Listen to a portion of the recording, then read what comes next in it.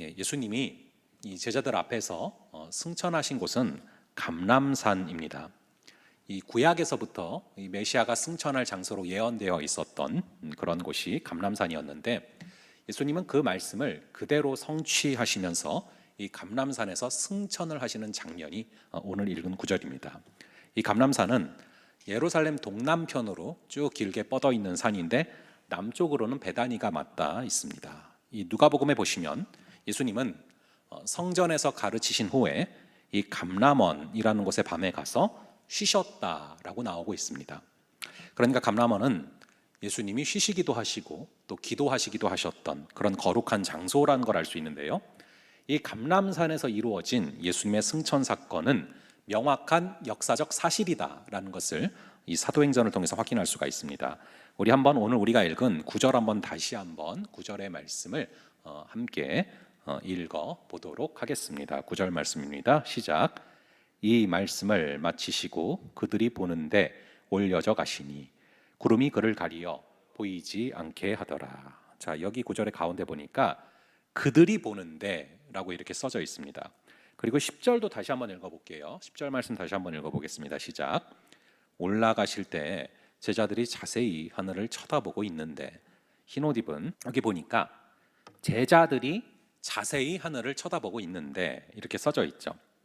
이 사도행전의 저자인 의사 누가는 예수님의 승천 사건이 많은 이들이 바라보는 가운데 이루어진 역사적 사건이다 라는 것을 반복해서 강조하고 있습니다. 그래서 그들이 보고 있는데 올라갔다, 이걸 강조하는 것이죠.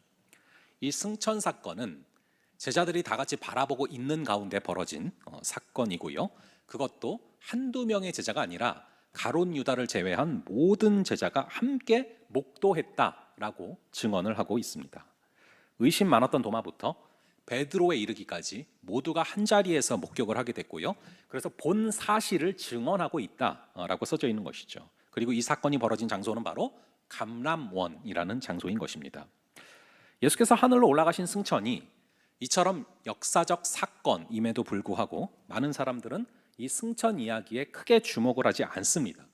근데 이번 한 주간 말씀을 준비하다가 제게는 이 승천의 부분이 오늘날 우리가 이 시대에 주목해야 될 굉장히 중요한 부분이다라는 그런 성령의 감동이 주어졌습니다. 그래서 이것을 짧게 거의 다루고 넘어가려고 하다가 여기서 넘어가지를 못하고 계속해서 매여서 이것을 전해야 된다라는 마음을 주셔서 이 승천에 대한 말씀을 나누려고 하는데, 우선 이 승천 사건은 제자들에게 엄청난 축복의 사건이었다라는 것을 바라보게 됩니다.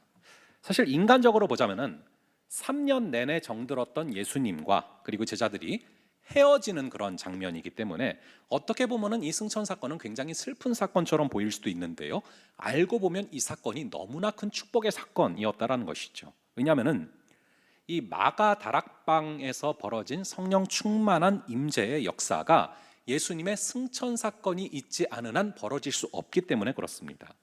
이 요한복음 16장 7절을 보시면 예수님은 자주 이런 말씀을 하셨는데요, 우리 요한복음 16장 7절을 한번 함께 읽어볼게요. 요한복음 16장 7절의 말씀을 함께 읽어보겠습니다.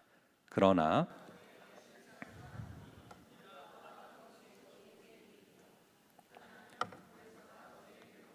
아니할 것이요 가면 내가 그를 너희에게로 보내리니. 자, 예수님이 떠나시고 승천하셔야 제자들에게 약속하신 그 성령이 오실 수 있다라는 것을 분명하게 우리 예수님께서 말씀하셨습니다.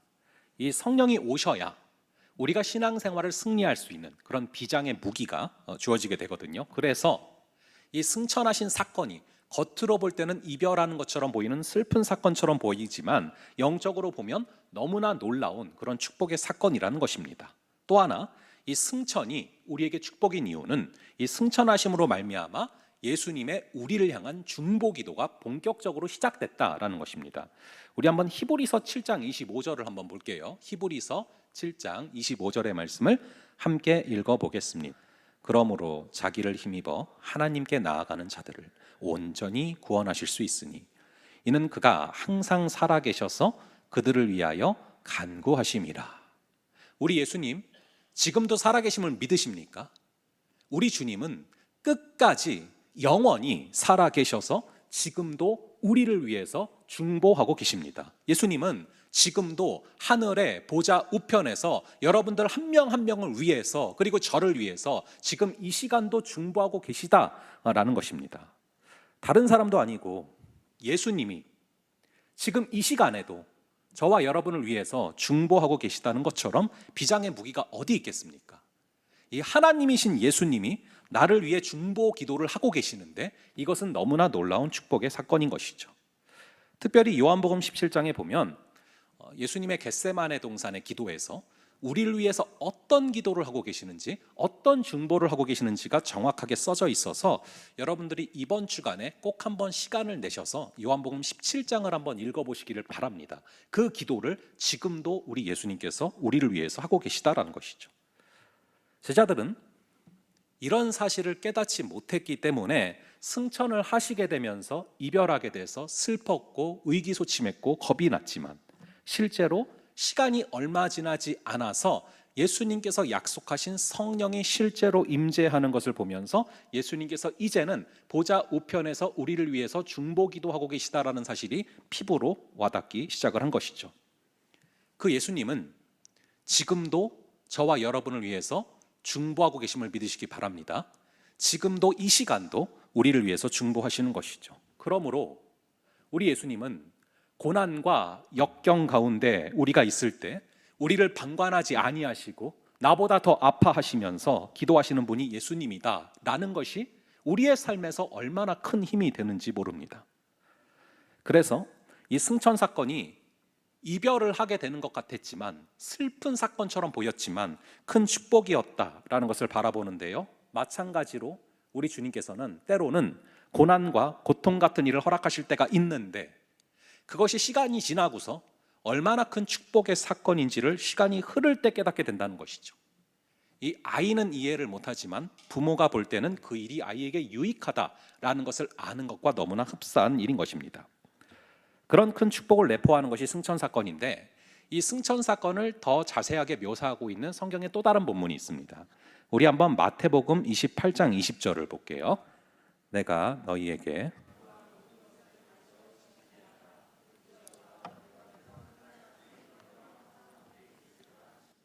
우리 주님께서 제자들에게 항상 함께 있을 것이다, 이 동행에 대한 그런 약속을 하고 계십니다.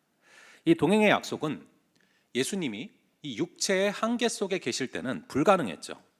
사마리아에 있으시면서 동시에 유대 땅에 있으실 수가 없었거든요. 근데 승천하심으로 말미암아 이제는 무소부재하시고 안 계신 곳이 없으시며 각 사람과 끝까지 동행하여 주시는 역사가 가능해진 것입니다. 그러므로 예수 그리스도를 구주로 영접한 우리 한 사람 한 사람은 하나님께서 평생 동행하여 주시는 하나님의 자녀, 하나님의 아들이고 하나님의 딸인 줄을 믿으시기 바랍니다.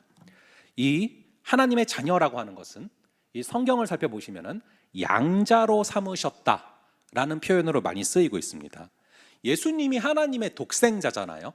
예수님이 하나님의 하나밖에 없는 아들이지 않습니까? 그렇게 예수님이 하나님의 독생자라면 우리는 하나님의 양자로 삼으셨다, 그리고 양녀로 삼으셨다. 이것이 로마서를 비롯한 성경에 나오는 표현인 것이죠. 이 로마법이 실제로 그랬습니다. 이 양자가 되면은 친자식과 똑같은 그런 권리를 가지게 됩니다. 그래서 이 로마 황제들 가운데 자기의 친자식이 없지만 양자를 삼아서 그 양자에게 자기의 왕위를 계승하는 그런 사례들이 있었거든요. 이렇게 우리를 양자 삼으신다는 것, 양녀 삼으신다는 것, 그래서 아들과 똑같은 권리를 가진다라는 것, 이것이 엄청난 축복입니다. 이 아세아 연합신학대학교 총장이셨던 이 고세진 박사님의 이야기인데요. 이분이 세라라는 미국인과 결혼을 하셨어요. 근데 결혼을 했는데 이 아이가 잘 생기지를 않는 겁니다. 그래서 마음고생을 하시다가 아내랑 협의를 해서 이 청주 근처의 고아원에서 이렇게 아이들을 입양을 해서 양자를 삼게 됐습니다. 그래서 이 양자의 이름이 제이슨이라고 이름을 붙였는데, 또 2살 밑에 여자 아이를 이제 양녀 삼아서 자기 자녀로 삼으셨대요. 근데 이 부부가 굉장히 조금 외국 스타일이라고 보여지는 게, 아이한테 내가 널 낳은 게 아니다, 나는 너를 입양했다, 이 얘기를 어려서부터 했대요. 보통은 이 양자를 삼아도 자기가 낳은 자식처럼 뭐 숨기는 것이 일반적인 문화 아닙니까? 근데 어릴 때부터 너는 내가 낳은 아이가 아니다, 뭐 이 말을 했다는 거예요. 그러니까 이게 이제 아이한테 깊은 상처가 된 거죠. 근데 일면 뭐 생각해 보면은 부모님이 이제 국적이 다른데 아이는 한국 아이니까 사실은 이거를 미리부터 얘기해야겠다 생각을 한 것 같아요. 그래서 이거를 그냥 아이가 잘 이해하고 사는 줄 알았는데, 이제 얘가 다른 애들은 다 엄마 아빠가 낳았다고 하는데 자기는 엄마 아빠가 낳지 않았다고 하니까 이게 깊은 상처가 되어서 마음속에 있었던 거예요. 근데 그냥 뭐 당연히 받아들이고 지내겠지라고 하다가 하루는 이 제이슨이 아빠한테 직접 단도직입적으로 물어본 거예요. 아빠, 애들은 다 아빠 엄마가 낳았다고 하는데 왜 나는 아빠 엄마가 낳질 않았어? 굉장히 이 박사님에게는 당혹스러운 그런 질문이죠. 그런 질문을 하지 않으리라고 생각을 했다가, 당연하게 받아들이고 있다고 생각을 했다가 피하고 싶은 질문이었는데 그 질문을 맞닥뜨린 겁니다. 그런데 그 순간 하나님께서 이 분에게 지혜를 주셨대요.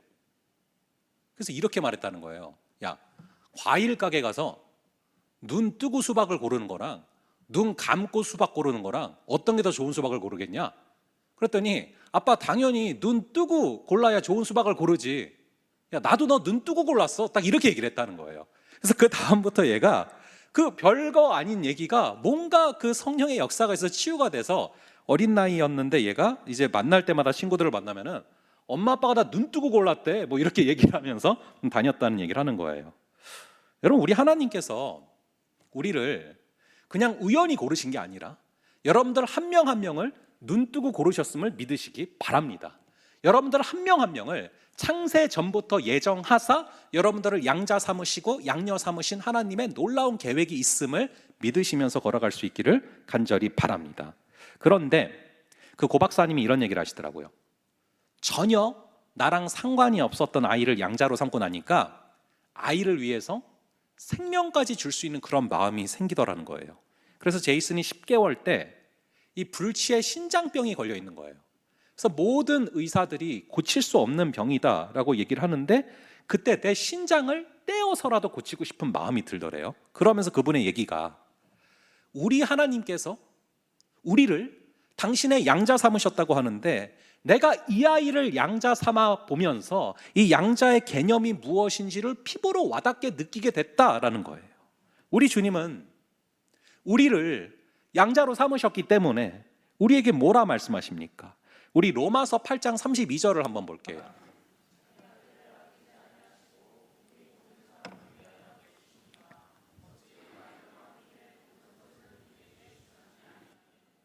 이 약속이 우리를 향한 약속임을 믿으시기 바랍니다. 우리가 주님의 자녀라는 사실은 엄청나게 비장의 무기인 거예요. 그러므로 승천은 슬픈 사건처럼 보였지만 사실은 놀라운 축복의 사건이었다라는 것입니다. 하지만 승천이 축복인 이유는, 결정적인 이유는 따로 있는데요. 그것은 바로 재림입니다.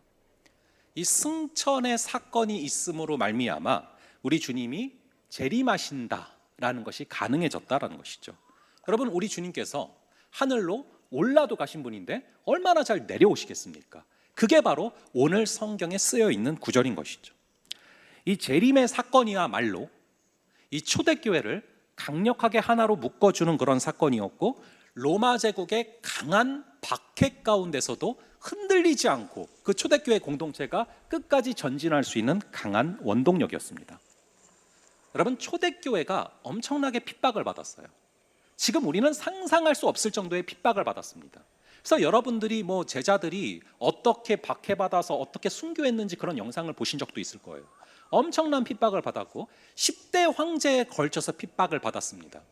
저는 뭐를 이렇게 외울 때 이 앞글자를 따서 외우는 걸 좋아하거든요. 그래서 10대 황제가 네도트, 하마셉, 막데바디가 앞글자입니다. 네로, 도미티안, 트라이안, 하드리안, 마르쿠스, 아우렐리우스 쭉 이어지거든요.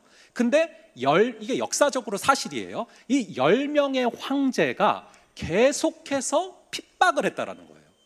여러분, 황제가 10명이 바뀌는 동안에 지속적으로 핍박이 이어졌다면 그 핍박이 얼마나 긴 핍박이고 얼마나 지속적으로 강력한 핍박입니까?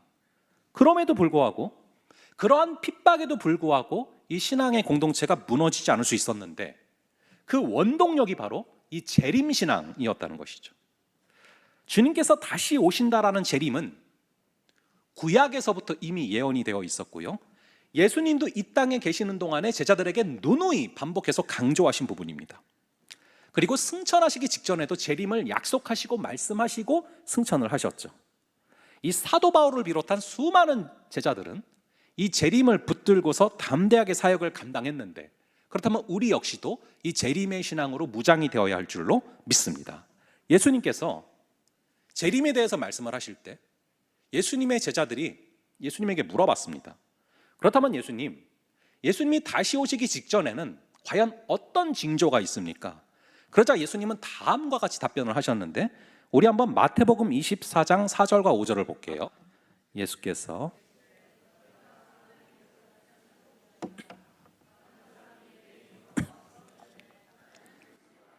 많은 사람을 미혹하리라. 자, 말세가 다가오면 자기가 스스로 구세주라고 말하는 사람들이 많아진다는 거죠. 여러분, 진짜로 그럴까요? 우리나라에는 하나님의 아들 예수 그리스도가 50분이 살고 계십니다. 그리고 하나님이 약 20명 정도가 살고 계시고요, 그리고 다니엘도 한 분 살아 계시고 모세와 엘리야도 있어요. 얼마 전에 요셉도 태어났대요. 그 사람들이 죄다 한국 사람이에요. 말이 됩니까? 성경 속의 인물이라는 게. 근데 하나님이 태어나셨다고 하는 것도 황당한데 또 그분이 또 병들어 죽어요. 이게 뭡니까? 신천지의 이만희, 통일교, 구원파, 안상홍, 장길자, 다 지금 우리나라에서 나타나고 있는 자칭 구세주, 자칭 재림주 아닙니까? 그러니까 예수님이 말씀하신 그대로 지금 징조가 이루어지고 사인이 나타나는 거예요. 주님의 재림은 점점 가까워지고 있는 것입니다. 또한 주님께서 방금 아까 우리가 읽은 구절을 보니까 말세가 다가오면 민족과 민족이, 그리고 나라와 나라가 전쟁을 하게 될 거라고 예언을 하셨어요. 우리가 작년 전까지만 해도 이 러시아랑 우크라이나가 전쟁을 할 거라고 누가 예상이나 했습니까? 근데 진짜로 전쟁이 터졌고 심지어 아직까지도 전쟁이 벌어지고 있습니다. 그리고 여러분들이 뉴스를 보시면 아시겠지만 며칠 전에 이 이스라엘이 팔레스타인을 가장 강한 강도로 공격해서 거기도 또 전투가 벌어졌어요. 분명히 예수님이 예언하신 말씀이 그대로 실현이 되고 있습니다. 그럼에도 불구하고 오늘날 한국교회의 가장 큰 위기가 뭔지 아십니까? 이 재림의 신앙이 무너졌다는 거예요. 이 한국교회가 한번 이 재림의 신앙으로 극단적으로 치우쳤던 때가 한 번 있었어요. 그때는 건강하지 못한 방식으로 이 재림이 강조가 됐는데, 이 92년도에 이 다미선교회 같은 극단적인 이단적인 종말론이 나온 적이 있어요. 이 다미선교회는 92년 10월 28일 날 예수님이 재림하신다라는 주장을 했습니다. 우리가 지난번에 살펴봤지만 때와 시기는 너희의 알 바 아니요 라고 정확하게 우리 주님이 말씀하셨음에도 불구하고 자신들은 그날을 정확히 안다, 예수님은 10월 28일 날 재림한다 라는 이단이 나타난 것이죠. 그런데 생각보다 굉장히 많은 사람들이 여기에 빠져서 집 팔고 땅 팔고 직장 다 그만두고 모든 재산 바치고 거기 모여서 10월 28일을 기다리는 무리들이 생겼습니다.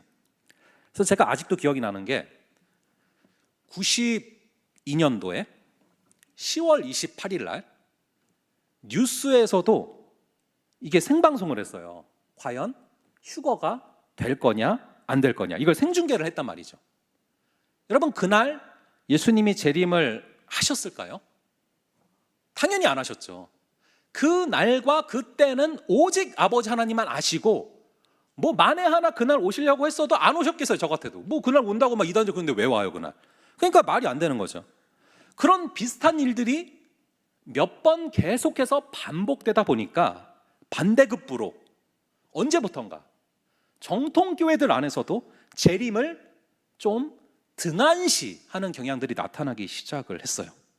지금 여기가 하나님의 나라다, 이거에만 집중을 하지, 거기에만 집중을 하지 다시 오실 재림에 대해서 바라보지 않게 된 것이죠. 근데 이렇게 한쪽으로만 치우치는 것은 굉장히 위험합니다. 우리 개혁주의의 중요한 가치 중에 하나가 뭐냐면은 이 하나님의 나라에 대해서 이 균형이 중요해요. Already but not yet입니다. 우리 따라해 볼까요? Already but not yet. 하나님의 나라는 이미 임했지만 아직 완전히 임하지 않았다. 하나님의 나라가 이미 임해 있죠. 하지만 하나님의 나라가 완전히 임한 것이 아니라 하나님의 완벽한 그 천국은 우리 주님이 재림하실 그 순간에 완전히 임한다. 그래서 already but not yet. 이 균형이 굉장히 중요해요. 근데 이 중에서 어느 한쪽으로 치우치는 것은 굉장히 위험한 것이라는 것이죠. 이 성경은 분명히 재림이 있다라고 말씀하고 있는데 어느덧 이 already에만 강조가 가지 난 예세에 대한 강조가 가지 않고 있어요. 그래서 재림에 대한 신앙이 약화되고 있는데 이게 바로 우리의 신앙이 무너지고 있는 결정적인 원인 중에 하나라는 것입니다. 이 성경은요 분명히 재림이 있다고 말씀하고 있어요. 우리 한번 마태복음 24장 37절과 38절을 볼게요. 노아의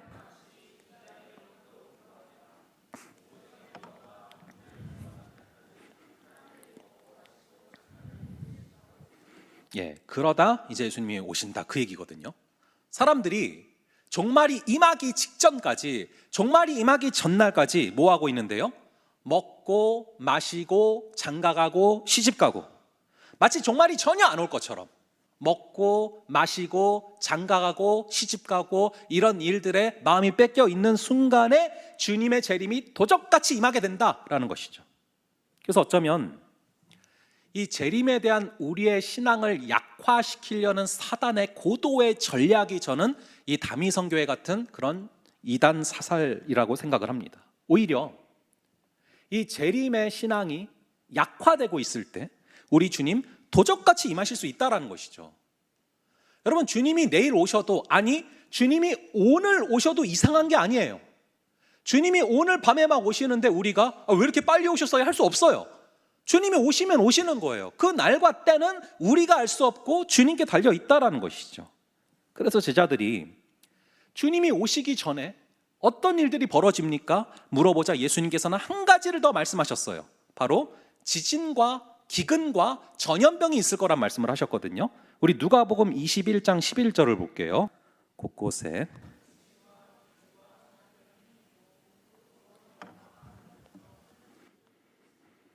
제가 학교 다닐 때 배웠던 게 우리 한반도는 지형학적으로 그리고 지질학적으로 지진이 나지 않는 구조다라고 배웠거든요.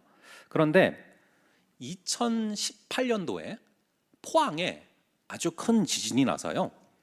사상 최초로 수능이 연기됐던 적이 있습니다. 제가 하필이면 그때 난생 처음으로 대구에 가서 살기 시작을 했는데 거기서 이제 그날 제가 교육자실에 있었거든요. 1층에 청년부 교육자실이 있었고 4층에 일반 교육자실이 있는데, 근데 포항에서 지진이 났는데 그 지진이 대구가 멀지 않거든요. 포항이랑 여기까지 진동이 와가지고요, 제가 깜짝 놀라서 나갔어요. 건물이 흔들리니까. 근데 4층 교육자들이 먼저 내려와 있는 거예요. 놀래가지고. 그러니까 이 포항에서 난 지진의 진동이 대구까지도 강하게 느껴졌거든요. 여러분들 혹시 인천에 느껴졌습니까? 2018년도에? 그래요. 여기서도 느껴졌군요. 그럼 저는 얼마나 크게 느껴졌겠어요? 그래서 되게 빨리 달려나갔던 기억이 아직도 나요. 여러분 보시면은 이 지진의 현상은요, 굉장히 전 세계적인 현상이고 데이터가 그래요. 세계적으로 19세기보다 20세기에 지진이 훨씬 더 많아졌어요. 성경의 예언들이 차근차근 하나씩 하나씩 구현되고 있는 거예요. 이 뒤에 바로 보면 예수님이 하신 말씀 중에 기근이 나오지 않습니까? 머지않은 시기에 식량이 무기가 될 거다, 그런 예측들이 부지기수로 쏟아지고 있어요. 그래서 여러분 나중에는 거미 먹고 막 이런 데 얘기하잖아요. 이 식량의 무기화는 이제 예언도 아니에요. 예측이에요. 예측. 그리고 뒤에 나오는 전염병. 우리가 2020년도부터 바로 올해 초까지만 해도 이 전염병으로 말미암아, 코로나19로 말미암아 얼마나 고생이 심했습니까? 이 코로나19 같은 전염병이 전염이 돼서, 그래서 격리가 돼야 되고 예배가 중단되고 이런 걸 누가 상상이나 했습니까? 이렇게 성경에서 예수님이 직접 말씀하신 재림 전 벌어질 일들이 하나씩 하나씩 차근차근 진행되고 있고 이루어지고 있어요. 그럼에도 불구하고 영적으로 완전히 잠들어 있는 우리이기 때문에 이 사실을 미처 인지를 못하는 것이죠. 우리는 반드시 재림의 신앙으로 무장되어야 하고요, 언제 오실지 모르기 때문에 언제 오셔도 우리가 거리낌이 없을 정도로 대비를 하면서 살아가야 되는 것입니다. 주님의 오심을 말이죠. 하루하루 점점 하루하루가 지날수록 점점 주님의 재림과 가까워지고 있는 것이 명확한 사실입니다. 그래서 우리에게 허락하신 기회를, 우리에게 허락하신 하루하루를 놓치지 말고 살리면서 하나님을 만날 준비, 하나님이 오셨을 때 그분 앞에 기쁘게 나아갈 수 있는 준비를 하면서 살아가야 되는 것이죠. 예수님은 이 천국을 설명하실 때 이 열처녀 비유를 드십니다. 우리 한번 마태복음 25장 1절부터 10절을 볼 건데, 여러분들 성경이 있으시면 마태복음 25장을 펼치시고 쭉 보시면 좋고요, 없으신 분들은 화면을 보시면서 마태복음 25장 1절부터 10절을 한번 저랑 여러분들 돌아가면서 교독을 해보도록 할 거거든요. 제가 먼저 읽겠습니다. 그때 천국은 마치 등을 들고 신랑을 맞으러 나간 열 처녀와 같다 하리니, 미련한 자들은 등을 가지되 기름을 가지지 아니하고,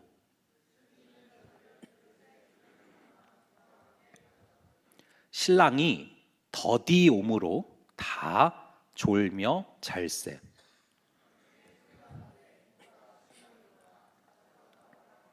이에 그 처녀들이 다 일어나 등을 준비할세.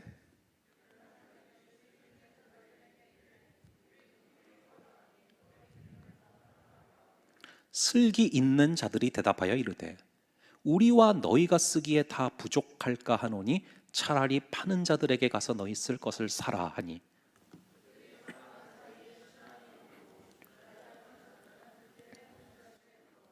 문은 닫힌지라.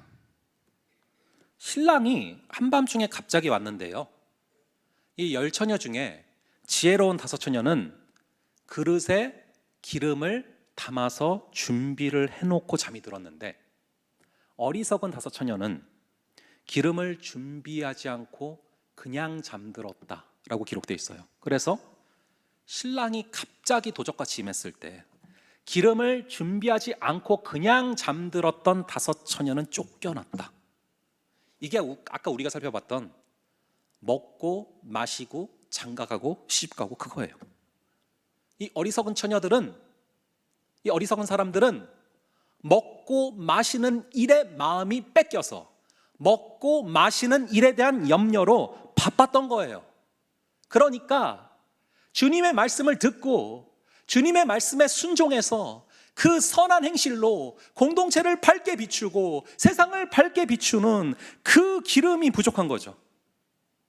그러면은 목사님, 그럼 먹고 마시는 일 하지 말라는 겁니까? 우리가 2000년 함대인데 그럼 장가가고 시집가지 말라는 겁니까? 아니에요.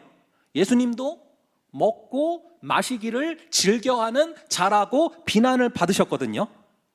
여기서 말하는 거는 먹고 마시고 장가가고 시집가지 말라는 얘기가 아니라 먹고 마시고 장가가고 시집가는 이 세상의 일에 대한 염려에 빠지지 말라는 거예요. 주님께서는 당신의 백성들에게 말씀을 하십니다.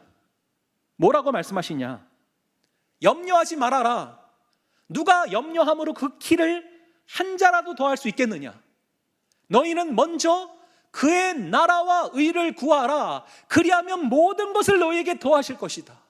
내일 일은 내일이 염려할 것이요 한날의 괴로움은 그날로 족하니라. 먹고 마시는 일 내가 알아서 다 책임져 줄 거니까 너희는 먼저 그의 나라와 일을 구하는 일에 우선순위를 둬라. 그러면 다 필요한 거 채워줄게 말씀하시는 것이죠. 그렇다면 아까 방금 읽은 어리석은 다섯 처녀는 뭐가 문제입니까? 어리석은 다섯 처녀는 순서가 지금 바뀐 거예요.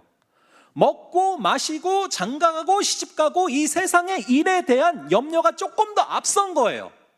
51% 대 49%인지 52% 대 48%인지 모르겠어요. 하지만 먼저 하나님의 나라와 의를 구하는 것보다 이게 훨씬 더 앞선 거죠.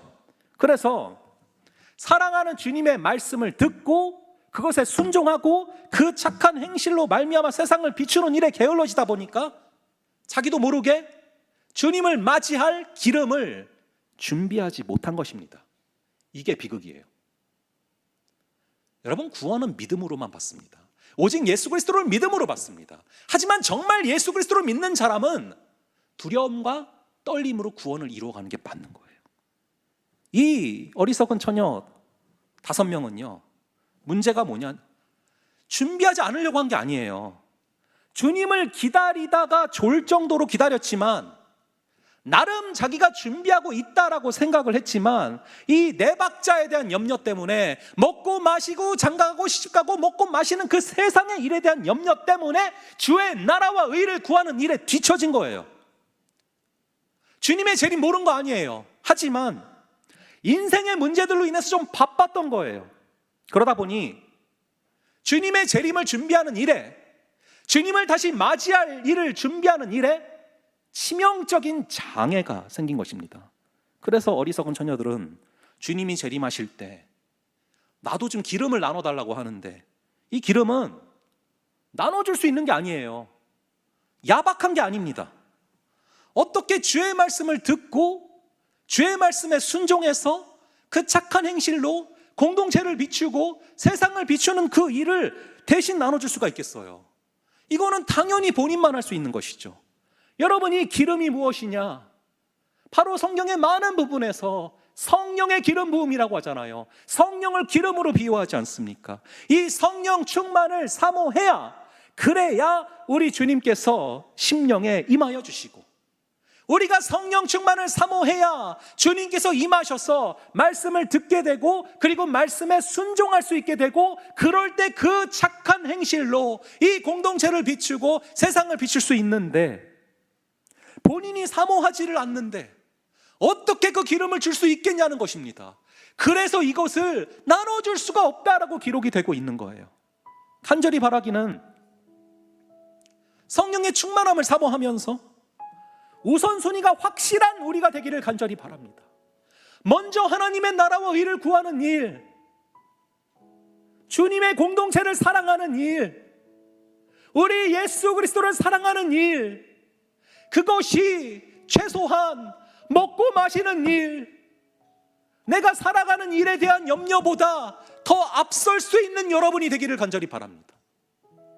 그럴 때 우리가 말씀을 듣고 순종하고 그 착한 행실로 말미암아 등불을 비출 수 있는 거예요. 그럴 때 주님 재림하실 때 기쁘게 맞이할 수 있고, 그럴 때 우리 주님께서 잘하였다, 착하고 충성된 종아, 우리를 안아주시는 것입니다. 여러분들이 크리스찬으로 살아가면서 우리가 얼마나 주님의 재림을 사모하는지, 우리가 주님께서 재림하신다고 했을 때 그 주님을 맞이할 준비가 되어 있는지, 이것을 겸허하게 돌아보며 두려움과 떨림으로 구원을 이루며 걸어가는 그런 우리가 되기를 간절히 바랍니다.